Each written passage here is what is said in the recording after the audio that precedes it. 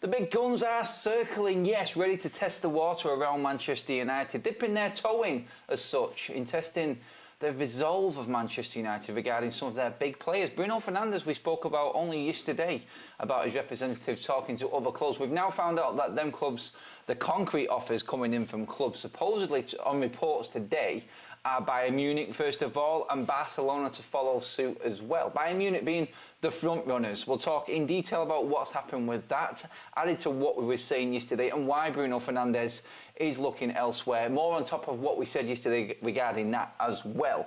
We're going to go into what Jose Mourinho said yesterday. He's gone in a lot on a lot of Premier League stuff, not just the Jadon Sancho situation regarding Erik Ten Hag and what's happened there. Not all as it seems, not him completely having a go and digging Ten Hag out, but some of you obviously think that that's where I'm getting at. I will change your minds on that as the video goes on. So instead of jumping the gun, grab yourself a drink, get settled in, let's talk United. It's Sunday evening, glad to be back doing a Sunday show, and hopefully the sound is okay because we had a little bit of an issue this morning, guys. So please just tell me that that sound is all right in the chat, first of all. Give the video a like, subscribe to Forever United TV, because I'm going to tell you straight, if you don't like it straight, I'm sorry, you probably want to turn off, but you're not going to, because you're intrigued about what I'm going to say about Ten Hag, because you all think I've got an agenda, don't you? I'm only joking. I know you don't think I've got an agenda. I know you all think it's banter, and that's what this channel is all about. You can say what you want. It's all football debate, innit? And that's what we love on this channel. So let's get into what is going on, everyone. Right, first of all, yeah, really hot. Oh, God, I'm kind of regretting putting, putting this shirt on right now, but yes. Aircon is doing overtime here in Dominican right now. It is bubbling, but Manchester United situation is bubbling even more, you could say. We are in a situation right now where we're waiting for the announcement. We're not even going to say his name because everyone goes onto a schizo mode and starts losing it because I think I'm trying to get rid of a certain person from the football club. But it is imminent, and we know that this is going to kickstart everything else. That being the situation with the players, Bruno Fernandes has got serious interest from top clubs in Europe. Now, we spoke yesterday about Bruno Fernandes' representatives going out and speaking with other clubs. It's come clear today from several accounts online that that club was Bayern Munich. And apparently Bayern Munich are very close to readying a real concrete offer for Bruno Fernandes. That concrete offer being probably the wages that Bruno Fernandes wants, and the biggest thing for Bruno Fernandes probably at this stage of his career, turning 30 in September and then into his last 2 years at Manchester United, is the opportunity to win major trophies. Now you may laugh and say, well, that's what Harry Kane did, and look at him right now and where he's at. The first season Bayern win nothing is because they've got the Kane effect. Well, Bruno Fernandes will probably win trophies at another big club besides Manchester United. It's just the reality of the situation, and we just have to be honest with ourselves and say, look, we're not in as good a position to be challenging for the best trophies like what we've seen last night in the Champions League, the Premier League. We're not there yet. We're winning League Cups, we're winning FA Cups under Ten Hag. That's okay with some people, but as a player, once you've done that, what do you want to do?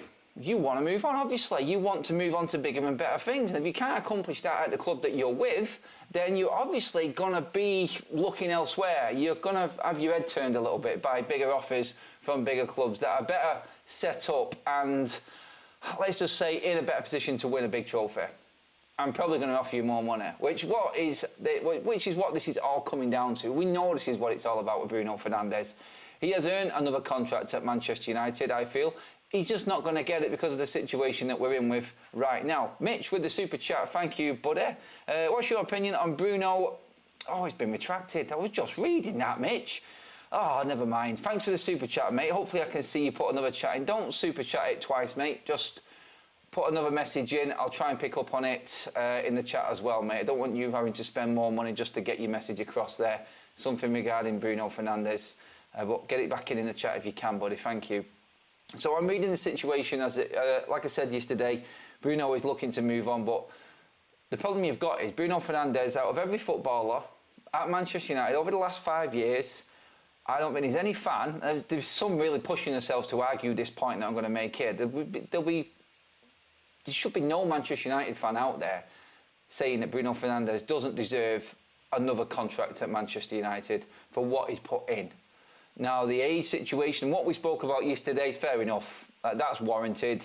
United need to learn how to move players on, and they need to know how to get the most value out of players before they become unsellable, which is the case that we get with a lot of players at Manchester United. So as running as a football business, we see that side of Bruno Fernandes, but realistically, Bruno, out of every single player, deserves a contract, and he deserves a better contract and probably more money.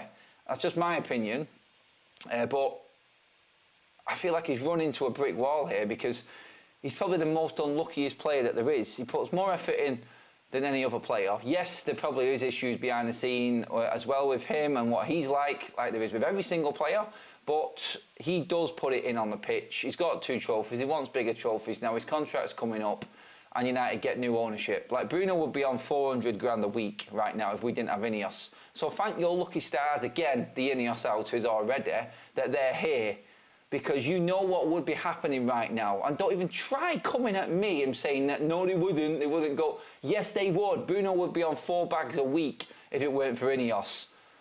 Let's just look at that. Instead of piling onto Ineos and going in on them because of the Ten Hag situation, why not look at the reality of what they're dealing with and what they're trying to achieve in balancing Manchester United's books right now to give United a better chance? Why not go back to the issue that we've all been talking about, which is the player issue at Manchester United? Unfortunately, like I just said, everything I said there is right. Stop these players earning more money. But Bruno Fernandes, in my opinion, probably does deserve more money than what he's on right now, out of everyone at the football club, especially. And he's not going to get it. And that's the problem. I think he knows he's not going to get it. I think his agents have been told by Ineos already, because like we said on the show the other day, the agents are the ones that do find out these stories, and there usually comes the links and the leaks out of the football club. Agents get into players, players leak out things to certain people they know, because agents do have to know what is actually happening. So you look at it from everything that's going on. Bruno Fernandes wanted the new deal, happy to stay at United, wants to make it clear he wants to stay at United because he loves the fans, he loves the football club. But at his age, he wants to also be able to win more trophies, bigger trophies. And I think he's just putting out the right noises now. Look when this all started with DAZN Portugal and that interview. Then the Player Tribune article that he's wrote as well. And now we're getting these stories as the season finishes coming out. It's been a step-by-step process. So Bruno's made it very clear that he wants to stay at Manchester United. Everything that he's wanted leaking out has been leaked out to the right parties. The fans know he's still willing to give absolutely everything for the cause, but that sneaky little line that he also put in about the club's expectations needed to match his expectations, and if they align, we can work it out. Translate that, Bruno Fernandes thinks, and his people think he should be on more money and a better contract. Ineos looking to set the standards for the mess that the football club is in. Clash, issue, reports about Bruno Fernandes leaving Manchester United. That's how I break it down and look at it. And I think that is probably the reality of the situation right now. Everyone knows Bruno wants to stay. Everyone knows he probably deserves another contract, but everyone knows he's at an age where Ineos don't want to give that big contract out. So it probably makes it easier for Bruno Fernandes to leave, and he probably gets the goodwill from a lot of the fan base as well in leaving. Thank you, Bruno. You've been an absolute legend at the club while you've been here. You've pulled us through some absolute crap spells, but we understand that you have to leave. And everybody's happy. I just think he's doing it the right way. And he's setting this up perfectly. He's got plenty of time on his current deal. He's on decent money, let's not forget. And he is forcing the hand of Ineos. He is testing the resolve of the new ownership model already. And you know what? It's probably a good thing that they don't get the chance to settle in on this sort of thing, and that the way that Manchester United is run forces Ineos into action early and then sets the precedent and sets the tone. No sort of half-heartedness, well, we can sort of just like give you this extra couple of years at this amount, or try and figure out a cutback deal or something like that. They need to set the standard of how they want to carry on as Manchester United part owners at this point. There's no bigger player than the Manchester United captain who has performed over the last few years. And I'm not even getting into what people like and what people dislike regarding Bruno Fernandes. I think we can all say that he puts everything he can into this club, and that's what this fan base has been bemoaning with a lot of these players for so long. At least Bruno gives a shit, basically. I think no one can argue with that.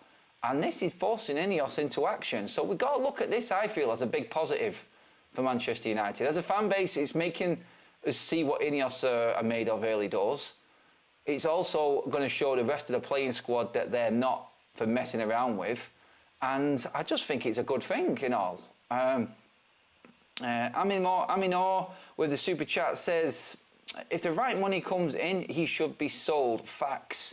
It's going to take the right bid, and they are facts anymore, because if a 70 million plus bid comes in, you're not turning it down. Let's be honest, you're not turning that down, are you? United can't afford Kudus' release clause, in my opinion. There was talk about Kudus. I'm not even going to go there. To be honest, I don't think it's going to happen. I don't think West Ham will sell him. I don't think they're going to sell another big player. Matt Lambridge says, so Bruno does leaks, interviews, it's okay, but Rashford does the same, and it's not okay by a lot of the fans. I'm confused. No, it's not. It's not the same, really. Rashford is calling into question the support and the fan base. Bruno wants to stay at Manchester United and wants to win trophies. I think they're totally different interviews, Mark, completely. I think Rashford's going down the sob story, feel sorry for me route, and Bruno Fernandes looks, I'm trying to sort my contract out. And I think he's coming up against Inos rather than the old regime. Look, Rashford's the luckiest man alive to get that deal just before Inos came in. He never would have got that deal. Never in a million years would Rashford have got that deal. If someone would tell me 12 months from now we cashed in well on Bruno and Mount steps up and had a great season, I'd be okay. It's just the unknown, says Kaz. No, it is the unknown. It is. Like, we have got what looks like on paper a replacement in Mason Mount, but with the inconsistencies confuse us and tell us that we're not. Bruno goes the Man United mid-table fodder, says Craig. McTominay puts everything in. No one wants to keep him. No, it's different again. You're not listening to what I'm saying on that one, United Spotlight. McTominay doesn't put everything in. He doesn't. There's clear spells in games where he's not. And let's be honest, like I said, Bruno's quality is a different quality. He puts up the numbers as well, and he doesn't freeze on the big stage. We cannot compare McTominay and Bruno at all. That's just ludicrous. I get where you're coming from in terms of like the opinions of fans, and trying to balance the argument with different players on this, but I cannot compare Bruno Fernandes to Scott McTominay. Please give the video a like, guys. We've just passed the 100 like mark already, 12 minutes in. That's fantastic. Thanks, guys. Let's keep that going. Nearly up to 700 in the room with us. I'm glad the sound's working all right for everyone now. I'm glad I figured that out. Have you actually watched Mount play? I watched more Mount play for England and Chelsea than I have United, to be honest. I wish I had seen Mount play for United more. I'd be feeling a lot more comfortable about this situation right now, because I'd love to see Mount step up and take Bruno's place. I'd love it, but still, I'm just not convinced, and I don't think any Manchester United fan is convinced. Let me just see, just getting sent something here. Oh, that was the finger. Kaz just sent me a picture there of Rob Burrow had just passed away. The rugby league player. Sad story that. Don't want to talk about that. If you watch anything in sport and journeys, that man's journey is unbelievable. Rest in peace, absolute legend, and what was done and what Sinfield did for him as well. That's crazy. That's horrible news. Roddy says, you're all good, thanks. Yeah, I'm good as well. Mount is bang average. Okay, thanks for that information. Just see what else we've got chat-wise. I need to pick up some. I seen a message a minute ago then. If you think Mount can replace Bruno, it's probably time you stop doing YouTube, mate. Thanks for that as well, Nigel. I didn't say that, but again, people putting words in my mouth a lot at the moment. You've got to laugh at it. No, like I just said, I've not been convinced once. I've seen Mount play more for England than Chelsea, so yeah, I don't know what you get. I think Mount's going to be the right replacement for Bruno from that, but Yeah, I'm not, and yeah. Hey Adam, love your show, mate. What did you think of Mark's managerial skills in the better squad versus charity match? I ain't got a clue what you're talking about, mate, but thank you so much for the super chat, pal. I don't have a clue what you're on about, but I'm guessing that's that guy from the other channel, is it not? Rob Burrow was an amazing player, pocket dynamite, and a scrum half. Clearly took a lot of hits. That debated his condition. R.I.P. Rob. Well said, Graham.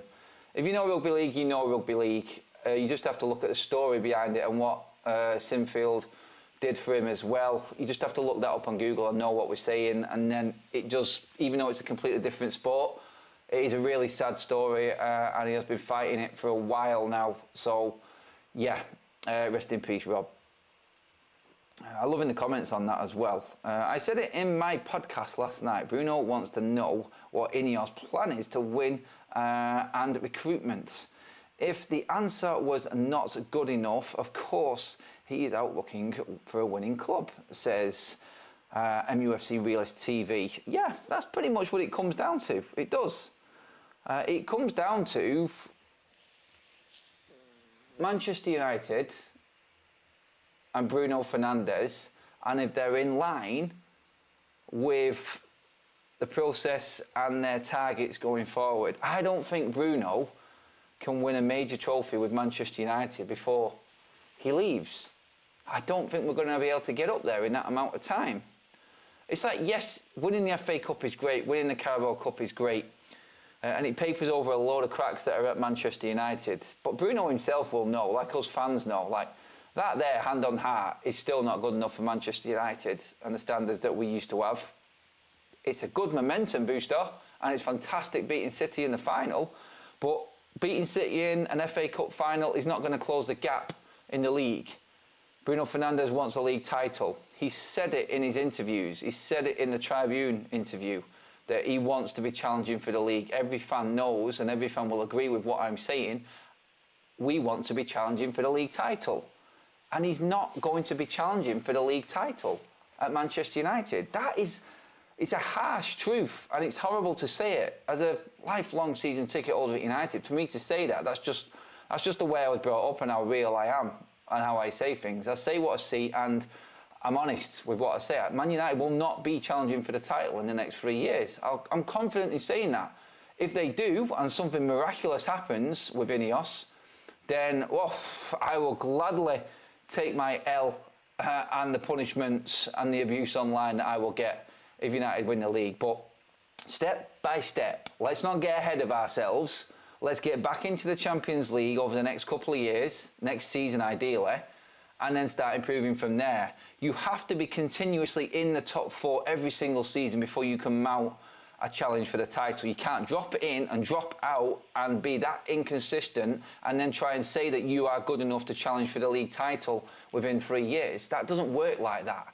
You have to be consistently up there. Like Arsenal's position right now, they are just hoping that they can stay around and be relevant enough behind Manchester City until Pep Guardiola leaves, and then Arsenal will probably win the league. Can they keep adding to that squad? They're young enough right now to keep in that top 4, and that's what Arsenal are looking at. That's where you need to be to challenge for the league title. Not 8th in the league, having finished 3rd the season before, the inconsistencies, losing 14 games in the league. It doesn't work like that. You need to build the foundation. The foundation will be 3rd, 4th, 3rd, 2nd, continuously there, ready, trying to close the gap in points, which was something astronomical. I can't even remember how many points we were behind Manchester City now. Once you're there, and you start adding to your squad. You build that young squad like Arsenal have done, and that looks like what Inos wants to do. But let's not forget, we're up against teams, and we're in a league which is the best in Europe and the toughest in Europe. And we've got to close a gap on Villa, Arsenal, Liverpool and Manchester City. And no one is even acknowledging the fact that we've still got to get past Spurs, Newcastle and Chelsea to get to them. Stepping stones is all I'm saying. Football News SA, Amino, Stevie, Tony and Davey147, new members, and you know what that means. The man himself is back in the chat. Modern Samurai just dropped 5 memberships in. Make sure you do say a big thank you to him, guys, if we have just got a membership. A massive thank you again from me, for you, Modern Samurai. Absolutely love that. Legend of the show. I'm going through a few more of your comments in this. Unless we get a ridiculous offer, I wouldn't sell Bruno. Do you know what, mate? I get that, Daniel. I do. What will Ineos take for him? That's the thing. It's like, we're all saying what we think Bruno should go for, and I've said 70 million minimum right now. It has to be. But if Ineos want to sell him for less, there's no stopping them doing it. They're running the football club. Like, we can all have our say on what we think is right, and I do a lot of it. I take a lot of stick for it. But that's why I love talking with you guys. That's what it's about. Like we said, it's all football chat, it's all football debate. At the end of the day, Ineos don't need to listen to fans. They just need to run the ship the way that they want, and then answer to the fans after they've had a good crack at it. That's the way it works. It's like, you can say that the fans have won if Ineos end up keeping Ten Hag. Realistically, Ineos are looking at that and going, do we look weak if we keep Ten Hag as well? It's a crazy situation. A couple of super chats to read through. Andreas says, Ineos taking too long to decide on Eric Ten Hag. Bruno has to go, equals financial decision. I'm sad Bruno will not be able to win the Premier League or Champions League with Man United in the next 2 years. Sad. It is, but it is the reality, mate. You're dead right.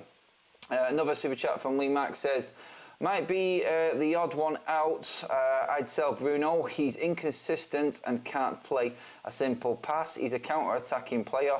Gets a good fee for him as well. I mean, if Ten Hag stays and Ten Hag starts playing counter-attacking football next season, then it probably works for Bruno, and it's probably worth keeping him. If you want to move forward and change the style of play, does Bruno fit in with that?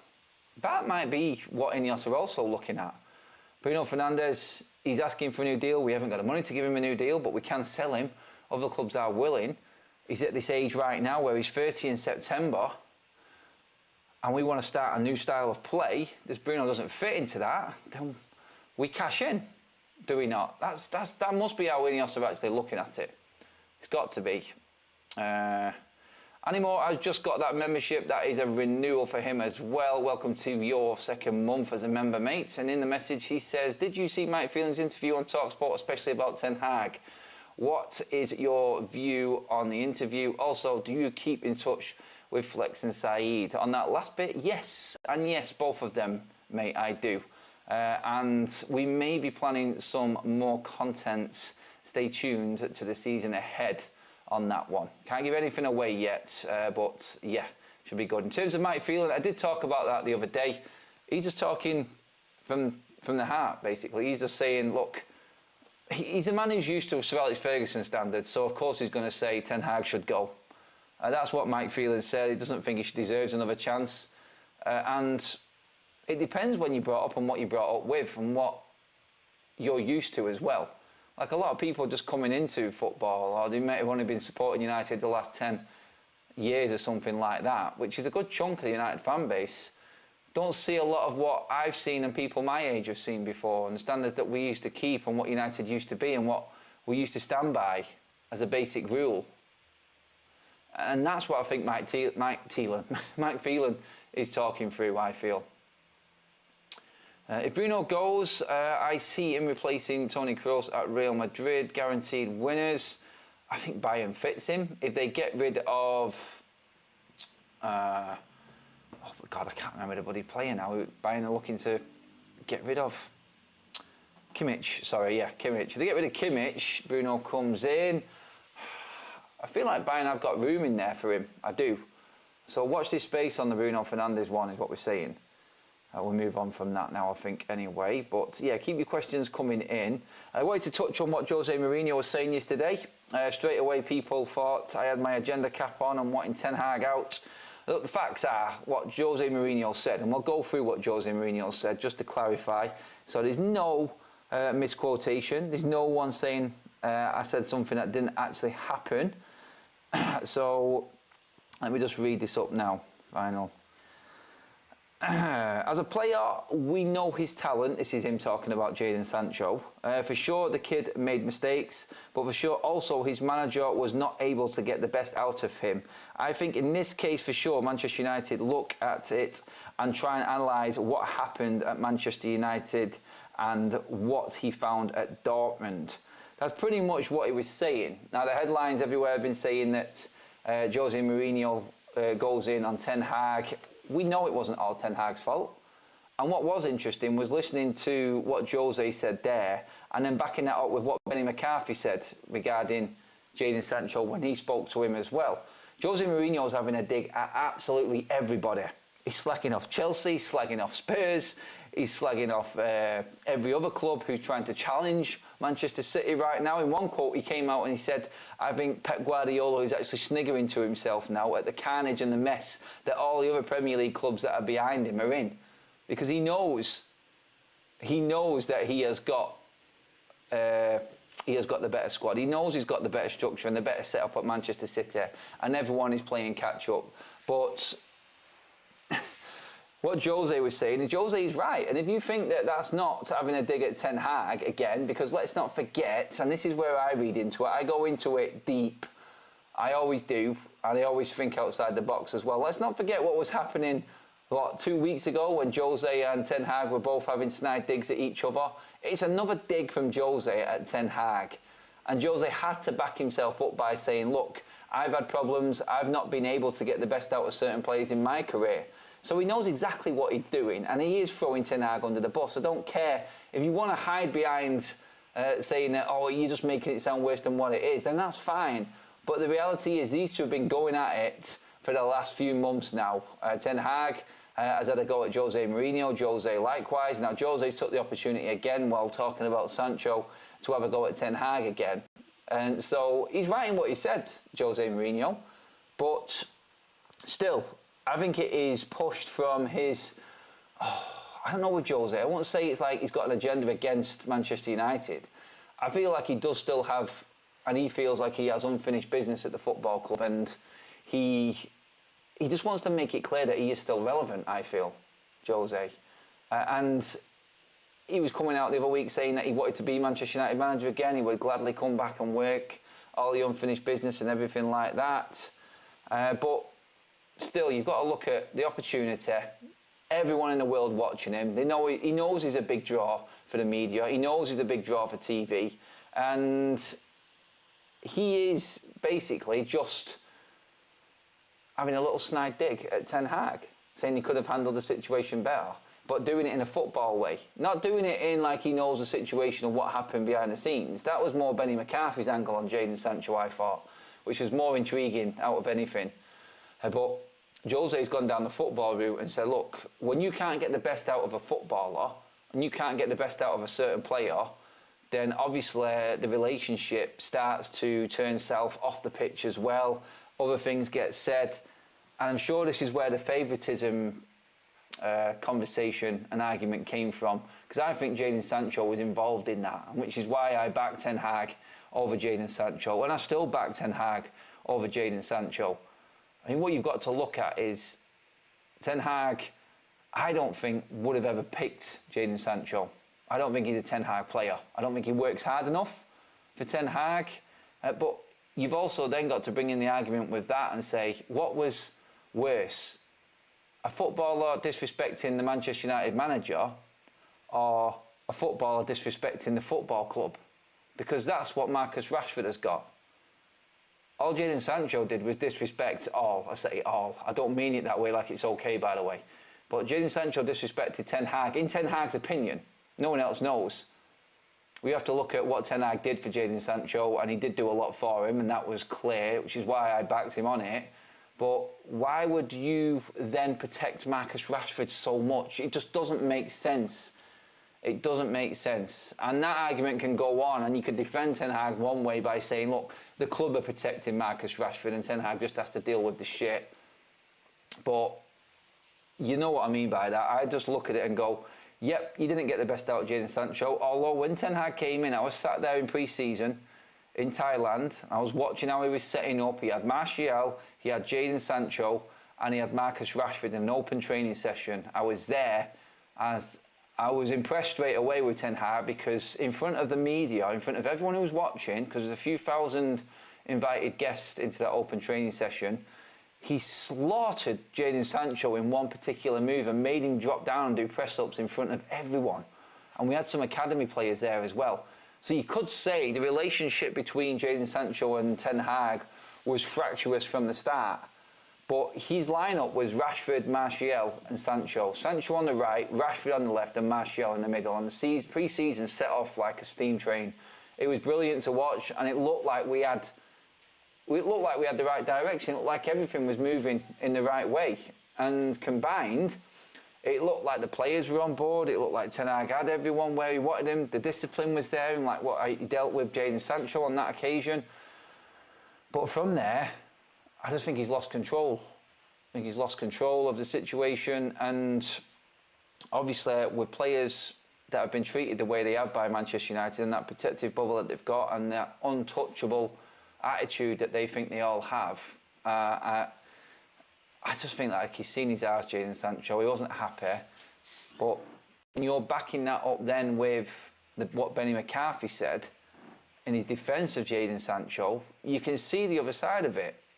And I think that's what Jose was alluding to. What Benny McCarthy said in, look, Jadon Sancho doesn't want to be seen to be apologising to Ten Hag because he's accused him of not wanting to work or play for the football club.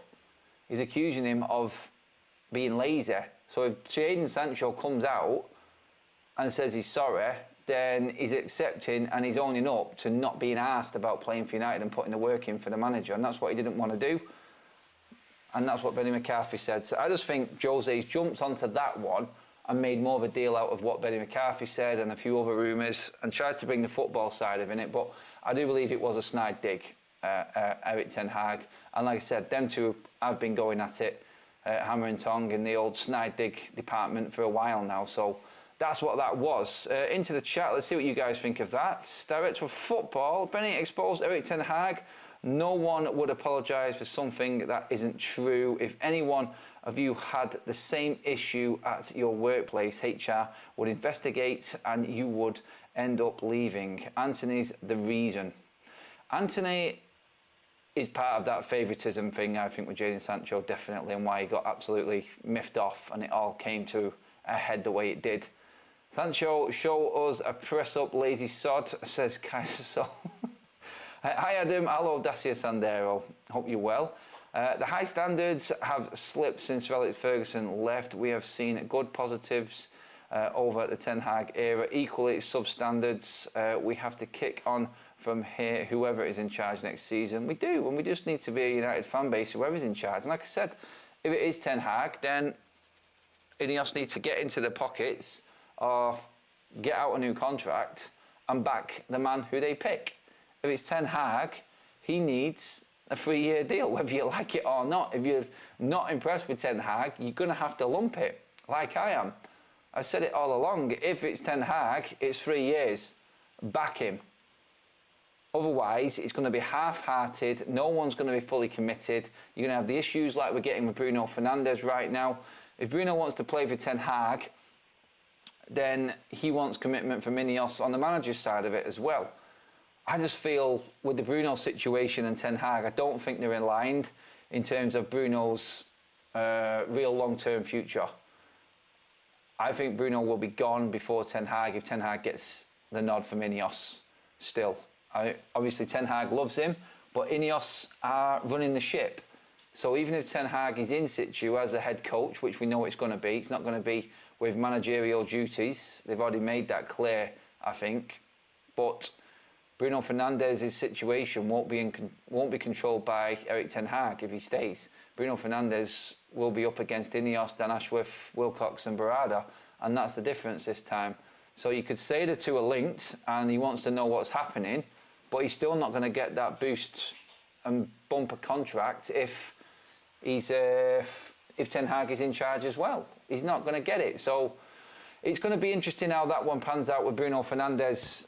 But I do believe personally that the way that this has happened, and like we said earlier on, the step-by-step process, the the Zone interview, the Tribune interviewed, and the stories and the leaks coming out right now, I feel like that's where we have to look at. I think that's the reality of it. I think he's slowly just edging away from Manchester United. And I know he probably wants to stay, but would you, like, hand on heart, would you stay at the football club if you knew you had a better chance to finish your career and win some bigger trophies? Would you want to be that player that just fizzled out at Manchester United, like so many have? I just think it's going to come down to this summer, the financial side for Inos. Ten Hag first, situation dealt with, and then I think we probably know about Bruno Fernandes quite quickly after that. Hopefully, anyway. Hopefully. Skillino says Rashford, Lingard, Martial were electric for a time, caused opponents all kinds of trouble, and then disappeared, mate. You're right, they did. What else have we got in here? Let me just get through a few more of your comments. Ryan says, will Ten Hag want to just coaching role? Maybe they might part with a mutual agreement. We don't know, like we said. Like, Ten Hag could leave, Ten Hag could go with mutual consent, Ten Hag could be sacked, Ten Hag could stay as a head coach. There's a few different outcomes. Like, obviously there's the main two, he stays or he goes, but realistically, what have you got for there? Like, mutual consent, he leaves because he doesn't want to be a coach, he wants more power. He could be just sacked outright because he's not done good enough. He could stay and be that coach. Actually, it's free, isn't it, then, yeah. So they're the three realistic in and out scenarios that Ten Hag has got. It'd be interesting to see which one we go down. I think there will be, if he leaves, I think it will be a mutual consent thing. If he stays, then I think, I don't think they're going to announce his new role at the football club. I don't think they're going to go into detail like that, but I think you'll see that bigger parts of what Manchester United are and how they're operating are going to be controlled by the hierarchy above him, and he is going to be judged solely on what performance he gets out of the players on the pitch. And like I've said all along, that's my major concern with him, because I've not seen enough from Ten Hag on that side of things. Mr Dacia Sandero, welcome to the members club. Thank you for that, buddy. Ten Hag stated that the board paid the money for the players, not him. That's in capitals as well, so I think he wants me to read that one out there. Araya, is that how you say that? Yes, we covered that this morning, mate, so don't worry about that. We all knew that already. I don't think anyone was ever blaming Ten Hag for what money was spent. The only thing we're blaming Ten Hag for is the quality of players that he wanted in. Amrabat also has to go. He is too slow, says Jason. Jason's getting rid of everyone today in the chat. He's on one big time. Save money, tell Ten Hag he has to play Sancho, so he walks for free. That's a bit snide, eh? Director of Football, Eric Ten Hag's veto rights means he would always have the final say, so how can he be now pointing fingers? Yeah, I know what you mean by that. He wants the players, but he doesn't negotiate, is what was said before, I think. I think that's right. And I have to say, look, what money was spent isn't Ten Hag's fault. So we can't even bring that up as a slant on Ten Hag at all. I just feel like we have to look at that and go, look, he wanted the players. United were stupid enough to drag it out for a whole summer and overpay. But really, the big issue is, were the players good enough in the first place? That's where we've got to go with it, I think. Old Fart says, how many more years is this going to go and to take Eric? Oh, sorry, I've said that completely wrong. Dyslexia kicking in. How many more years is it going to take Eric Ten Hag to play possession-based football? He's had 2 years and spent 400 million, and we play terrible football. There's that spend again. No matter how many times you say it or try and split it, people have their own opinions of it. But it does come down in part of that message there, though, that you've got no style of play, and that's the worry. If they do keep him and back him with players to play a certain way, will you be able to get that out of Ten Hag football? That's the big question, I think, that everyone wants answering. And until we see what I'd say 2 years worth of Inos transfer windows, if Ten Hag is still in situ, then I just think he's got away with 2 years. he scraped through 2 trophies, but this all just needs scrapping again, ripping up and starting over. And it's if they want Ten Hag at the helm for that. Guys, that pretty much finishes off the show. Cheers very much for joining us. I love that. All the new members, the super chats, loads of people in there with us today. Absolutely brilliant. Love the Sunday show. I knew you guys would all be in there for this one.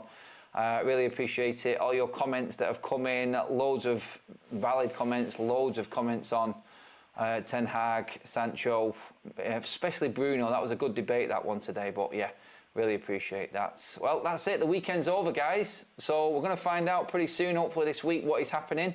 First big move for Inos, so stay tuned for that. We'll be all over that. I'll be dropping a live straight away as soon as the news does drop. Hopefully it does, like in the next couple of days at least. I was hoping for Monday, tomorrow, but we'll see. United are the best at dragging things out. But that's it. Cheers for tuning in, everybody. Have a great rest of your weekend, what's left of it anyway, Sunday evening. I'm back out in the sun now, so yeah, not wanting to rub it in at all. It's time to go get some lunch. And I'll see you all tomorrow. Unless United break anything tonight, that is. I doubt it. See you in a bit, everyone.